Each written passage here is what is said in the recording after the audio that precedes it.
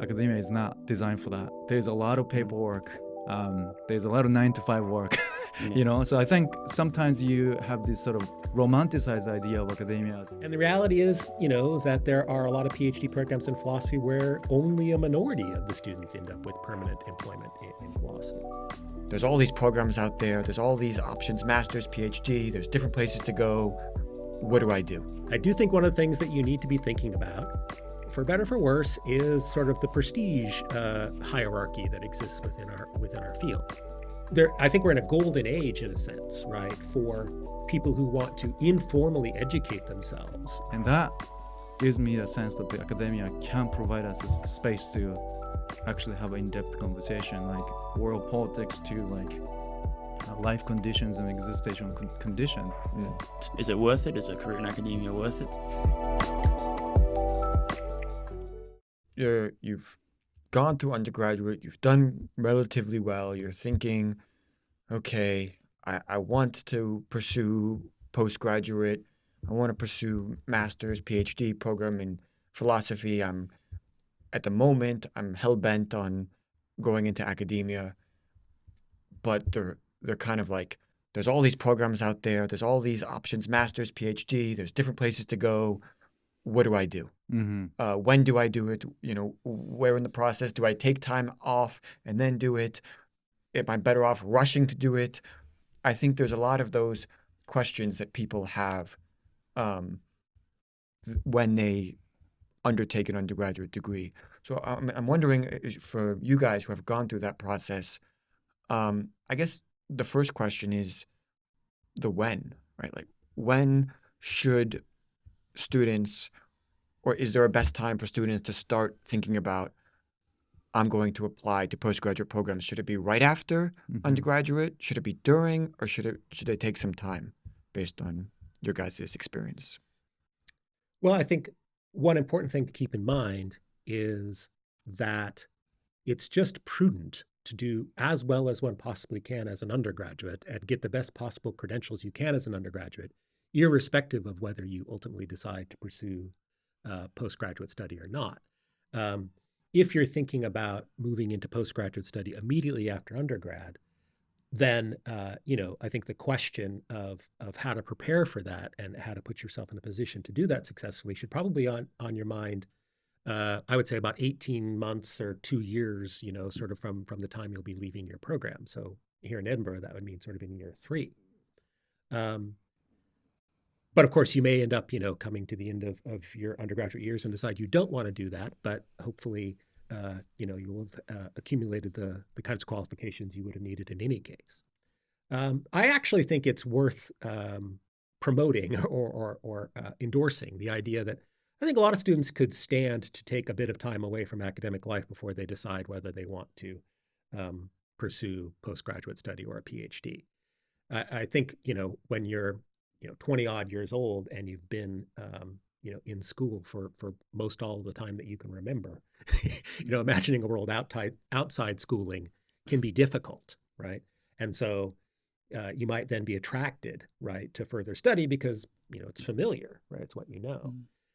But I do think, right, and I've encountered students who've reported this to me, that taking some time off after one's bachelor's degree can help you figure out whether you really can live, right, without being in academic institutions, right, and be happy with it, right? I think some people discover that they can, right?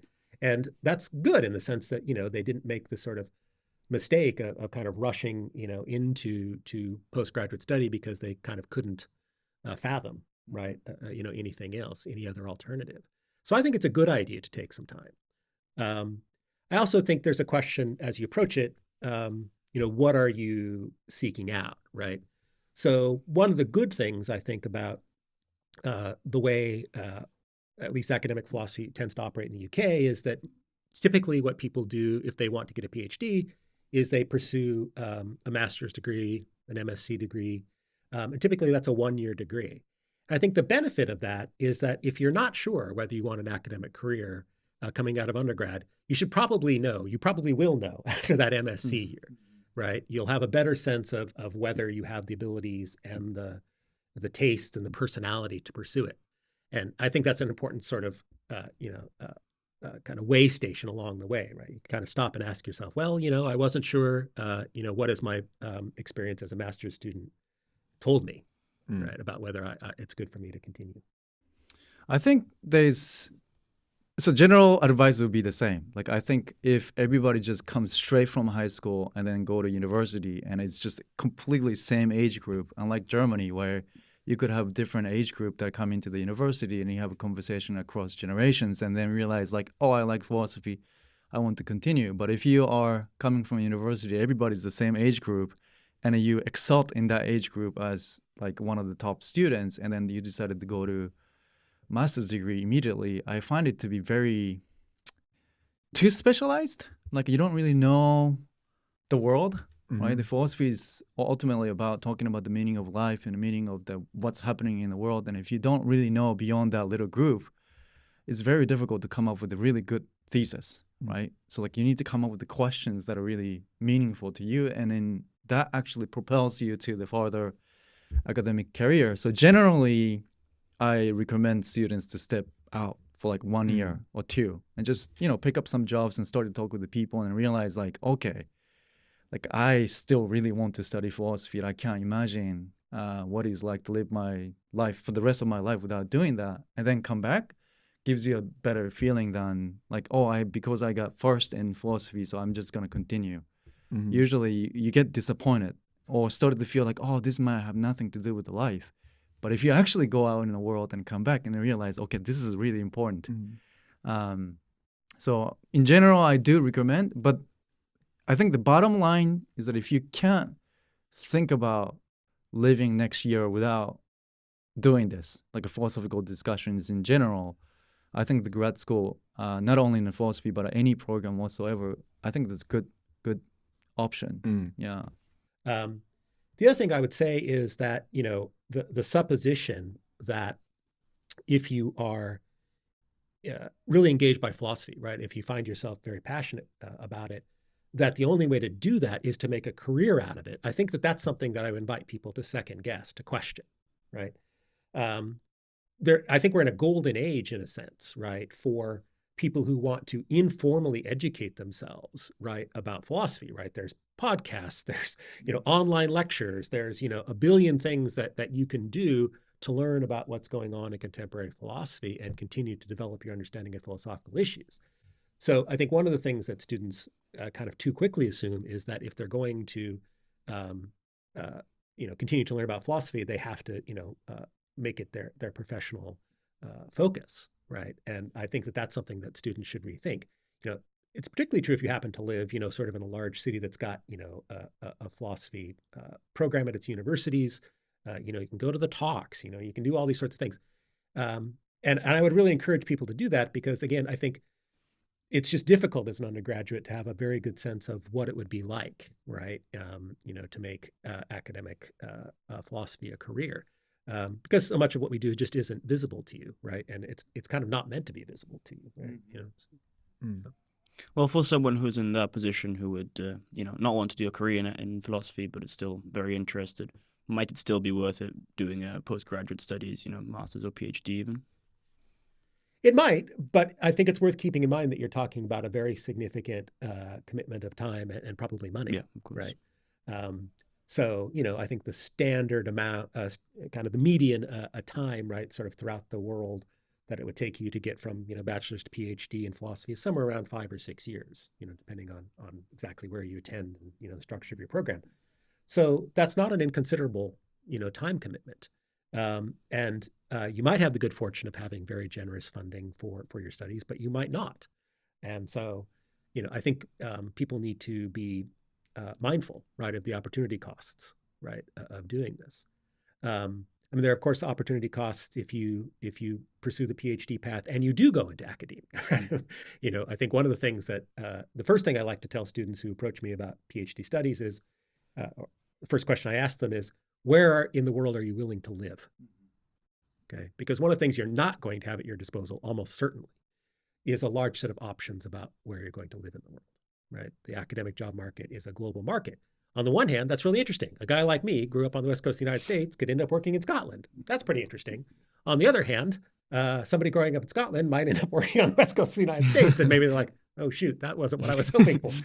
West Coast is great, mind you. I love it. But you're not probably going to have your choice, right, of where you're going to be working and living. And that means, if, like, on a personal level, you have to imagine, living in a different, region or nation or continent from, your family and, the places you grew up in. That can be a good thing, but, I think it's something that people should have foremost in their minds when they think about this kind of career. That's the first thing I tell my PhD students the first year when they arrived here. And I just told them that the condition for the possibility of survival in academia is that you have to be able to pack your suitcase tonight, leave tomorrow. It's like a basic Jesuit, 24 hours ahead of time, tell you to move to different dioceses. It's like the Jesuit has a spiritual training to make sure that everything can fit in one suitcase. That's exaggeration, but I do think that it's just not advisable for academic institutions to like grow undergraduate, master's, PhD, and then make them tenure. Used to be that in the European academia a lot in many places, and I think some places are still kind of observing a little bit of that tradition. But I think if you enter this international global market, you're competing with one of the top guys from Tokyo, Beijing, Washington, D.C., California, Los Angeles, and then try to make the best program in that global competition. So I don't think it's possible to live where you want to live. It's just we're so fortunate that the Edinburgh is great, right? But I mean, like this should not be the model in which you say, oh, if I study PhD, everybody will be able to work in Edinburgh. I think we need to really get rid of that idea. Other things that I would like to mention about the postgraduate degrees. Like if you are in China or United States, if you're interested in philosophy, going to the graduate program is very important because that's where you find the people you can talk about what you're interested in. Right? If you're in Nebraska, you better go to graduate school because you're not going to find a Bob down the street that are interested in Plato, right? So like, in terms of creating the community of intellectuals that are interested in the same kind of question, I think that certain areas of the world is actually more important. I do find Europe is a little bit blurry on that regard because you would find like people are interested in these kind of philosophical questions in public intellectuals.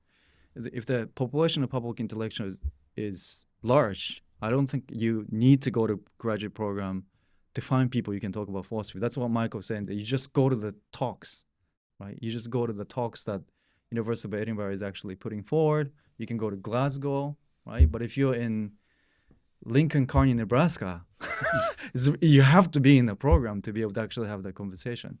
So, take time off. That doesn't necessarily mean that you are completely cut off from the philosophy discussions.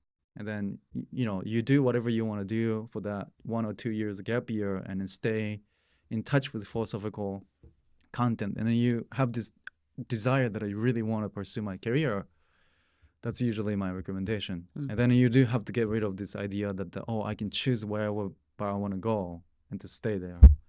It's most likely that you would have to move around quite a bit. Yeah.